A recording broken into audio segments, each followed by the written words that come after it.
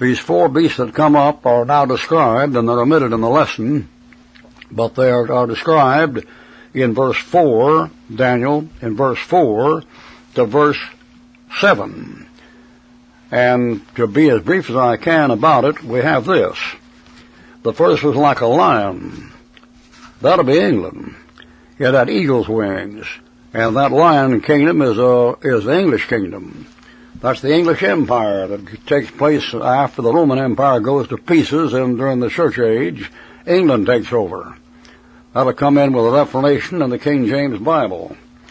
And the lion that comes in there is interesting because when the Antichrist shows up, he's likened to three animals. Now, the Antichrist is right on the stage, backstage just a little bit, waiting to come on the stage anytime the UN's ready for him, and they're welcoming him.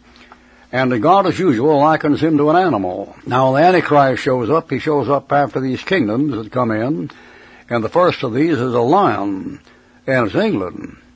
When the Antichrist shows up, you know what he's told? What you're told about him? You're told about him that he's like a leopard.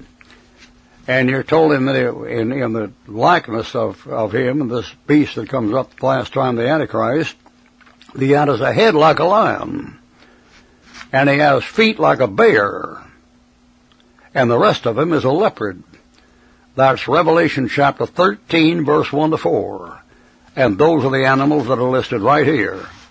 A leopard, and a bear, and a lion. Now, what does this mean? Well, it means something none of the expositors caught, or the prophets, conservative, saved, or lost. It means it has to be an English-speaking lion. Because the lion here represents the British Empire. So your universal language, when the Lord comes back, is English. If you don't believe it, just study your computers and study your nets and webs and stuff and see what you're talking about. That leopard that comes up, he likes the Antichrist to a leopard. That leopard doesn't have a lion's back or stomach or chest or legs or feet or tail, but his mouth is that of a lion. It's an English-speaking beast. And after World War II, Englishmen dropped from a first-rate power to a second, third, fourth, and now about a fifth-rate power. They're through. But he has feet like a bear. See that thing? Daniel 7, a second like to a bear. Daniel 7:5, another beast, a second like to a bear. That's Russia. That's the man that walks like a bear. And you're told there in your passage, if you study Daniel chapter 7, you'll find that he has 3 ribs in his mouth.